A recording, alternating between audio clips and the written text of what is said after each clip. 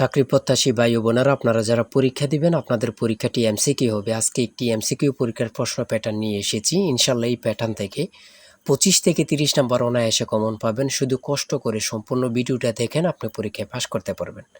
আপনাদের পরীক্ষাটি এমসিকিউ হবে। এমসিকিউ পরীক্ষার প্রশ্ন প্যাটার্ন যেমন থাকবে সেম প্যাটার্নে আমরা একটি চূড়ান্ত সাজেশন তৈরি করেছি, একদম শর্ট করে, একদম স্পেশাল একটি শর্ট চূড়ান্ত সাজেশন তৈরি করা হয়েছে।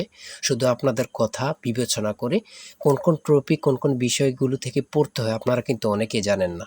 তার জন্য আপনাদের কথা চিন্তা ভাবনা করে একদম শর্ট করে একটি চূড়ান্ত সাজেশন তৈরি করা হয়েছে। সাজেশনটি নিতে স্ক্রিনে দেওয়া হোয়াটসঅ্যাপ নাম্বার রয়েছে, ইমো নাম্বার রয়েছে, দুটোর মধ্যে যে কোনো একটি মেসেজ করে সাজেশনটি সংগ্রহ করুন। সাজেশনের মূল্য 100 টাকা। আমি অবশ্যই বলি প্রত্যেকে আমাদের সাজেশনটি সংগ্রহ করবেন, ইনশাল্লাহ আপনারা পরীক্ষায় পাশ করে যাবেন। পরীক্ষার প্রশ্ন প্যাটার্নটা যেমনভাবে দেয়া থাকবে সেম প্যাটার্নে আমাদের সাজেশনটি রচিত। ইনশাল্লাহ আমি আশা করি 100% কমন পাবেন। শুধু আমাদের সাজেশনটি পরীক্ষা দিতে গেলে আপনি উত্তীর্ণ হয়ে যাবেন। আমি মূল কথায় চলে আসি। এমসিকিউ পরীক্ষাটা কি এটা আগে বুঝতে হবে। এখানে যেমন দেয়া আছে নিচের কোন বানানটি সঠিক, নিচের কোন বানানটি সঠিক। দেখেন এখানে এখানে 4টা অপশন দেয়া থাকবে, যে অপশনটা সঠিক। যেমন মনে করেন খ নাম্বার অপশনটা সঠিক, আপনারা খ নাম্বার অপশনটা বরাট করলে একটি নাম্বার পেয়ে যাবেন। এমনভাবে কিন্তু আপনাদের পরীক্ষা থাকবে। আমার কথা বুঝতে পেরেছেন? যেমন এখানে প্রথমে রয়েছে নিচের কোন বানানটি সঠিক। এখানে কিন্তু 4টা অপশনে কিন্তু হুবহু মিল রাখে তারা। হ্যাঁ, তার মধ্যে যে বানানটা সঠিক এটা কিন্তু আপনার বরাট করতে হবে। তারপরে রয়েছে সন্ধি বিচ্ছেদ। সন্ধি বিচ্ছেদ থেকে এমসিকিউ পরীক্ষা বলেন 1 নাম্বার থাকবে। তারপরে রয়েছে সমার্থক শব্দ থেকে একটি মার্ক থাকবে। কাজী নজরুল ইসলামের উপন্যাস কোনটি? নিচের এখানে কয়েকটা উপন্যাসের নাম দিয়ে দিবে। ধরেন বলবে যে কাজী নজরুল ইসলামের উপন্যাস কোনটি? হ্যাঁ, এখানে সঠিক উত্তর হচ্ছে আলেয়া। সাজের মায়া কবিতাটির রচিয়তা কে? সঠিক উত্তর হচ্ছে বেগম সুফিয়া কামাল। খুবই গুরুত্বপূর্ণ একটি প্রশ্ন উত্তর কিন্তু। শুদ্ধ বানান কোনটি? শুদ্ধ বানান কোনটি? গুরুজনে ভক্তি করে, এখানে গুরুজনে কোন কারক? কারক থেকে অবশ্যই প্রশ্ন থাকে, যে কোনো পরীক্ষায় বলেন। তারপরে সমাজ থেকে প্রশ্ন থাকবে। হ্যাঁ, 10 নম্বরে রয়েছে নিচের কোনটি নিত্য পুরুষবাচক শব্দ? তাই বলি অবশ্যই আমাদের চ্যানেলটি সাবস্ক্রাইব ও পেজটি ফলো দিয়ে রাখবেন। কেন? পরীক্ষার নোটিশ, পরীক্ষার রেজাল্ট, পরীক্ষার প্রশ্ন সমাধান, যাবতীয় সকল তথ্য সবার আগে আমরা ভিডিও আপলোড দিয়ে রাখি। আপনি যদি চ্যানেলটি সাবস্ক্রাইব, পেজটি ফলো দিয়ে রাখেন, সবার আগে চলে যাবে আপনার কাছে নোটিফিকেশন। মনে করেন আপনি পরীক্ষা দিয়েছেন, পরীক্ষার প্রশ্ন সমাধান দেখিয়ে দিব, তারপরে রেজাল্টের অপেক্ষা করা লাগবে না, আমাদের চ্যানেলে পেয়ে যাবেন, সকল তথ্য পেয়ে যাবেন। এবং কি নতুন নতুন চাকরির তথ্য পেয়ে যাবে। সার্কুলার দেওয়ার সাথে সাথে আমাদের চ্যানেলে আপলোড দেওয়া হবে। আপনি শুধু আমাদের চ্যানেলটি সাবস্ক্রাইব, পেজটি ফলো দিয়ে রাখলে সবার আগে চলে যাবে আপনার কাছে নোটিফিকেশন। তাই অবশ্যই চ্যানেলটি সাবস্ক্রাইব, পেজটি ফলো দিয়ে আমাদের মেম্বার সদস্য হয়ে আমাদের সাথে থাকবেন। হ্যাঁ, এমনভাবে কিন্তু আপনাদের পরীক্ষার প্রশ্ন প্যাটার্ন থাকবে। 11 নম্বরে কি রয়েছে আমরা দেখি। 11 নম্বরে রয়েছে উজানের কই বাগধারাটির অর্থ কি? অর্থাৎ বাগধারা থেকে আপনাদের একটি প্রশ্ন থাকবে।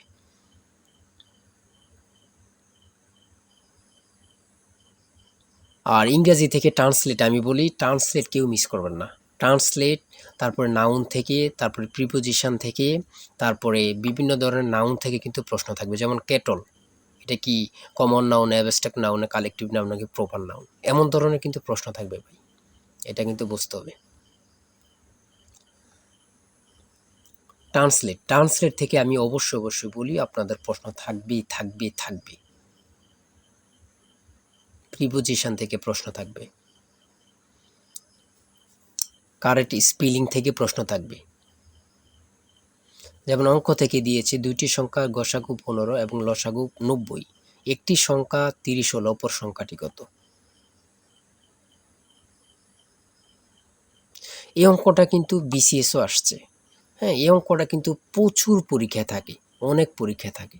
দাঁড়ার অঙ্ক থেকে অবশ্যই থাকবে, একটি মার্ক কিন্তু দাঁড়ার অঙ্ক থেকে আপনাদের থাকবে। সহজ কিন্তু একদম। ফুরক কোণ, সম্পূরক কোণ এগুলা থেকে থাকবে। মান নির্ণয় থেকে থাকবে।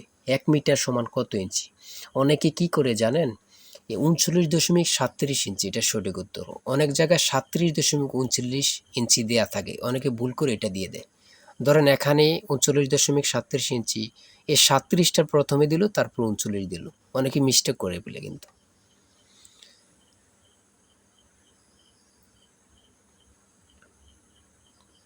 প্রশ্নগুলো কিন্তু একদম ইজি আসবে। হ্যাঁ, কিন্তু আপনারা সকলেই কিন্তু ভালো বোঝেন। একটা সহজ গাইডলাইন সাজেশন পান না বলেই কিন্তু আপনারা ভালোভাবে প্রিপারেশনটা মজবুত করতে পারেন না।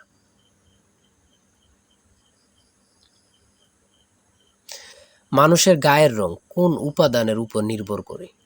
মেলানিন। বাংলাদেশের প্রথম কয়লা নির্ভর বিদ্যুৎ কেন্দ্র কোথায় অবস্থিত? এটা কিন্তু সবারই জানার খুবই গুরুত্বপূর্ণ, বড়পুকুরিয়া, দিনাজপুরে। জাতিসংঘ নিরাপত্তা পরিষদের অস্থায়ী সদস্যপদ কত সময়ের জন্য? 2 বছর। বাংলাদেশের বিদ্যুৎ বিতরণ সংস্থা কয়টি? 6টি।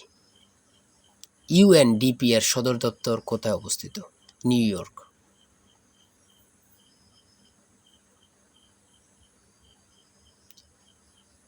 ইসরায়েলের আইনসভার নাম কি? এটা কিন্তু আসতে পারে, কারণ ইসরায়েল সব সময় কিন্তু ভাইরালের মতন হয়ে থাকে আমাদের মুসলমানদের জন্য।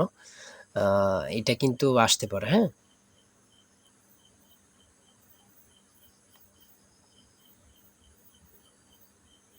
59 নম্বরে রয়েছে গণতান্ত্রিক মূল্যবোধের ভিত্তি কোনটি?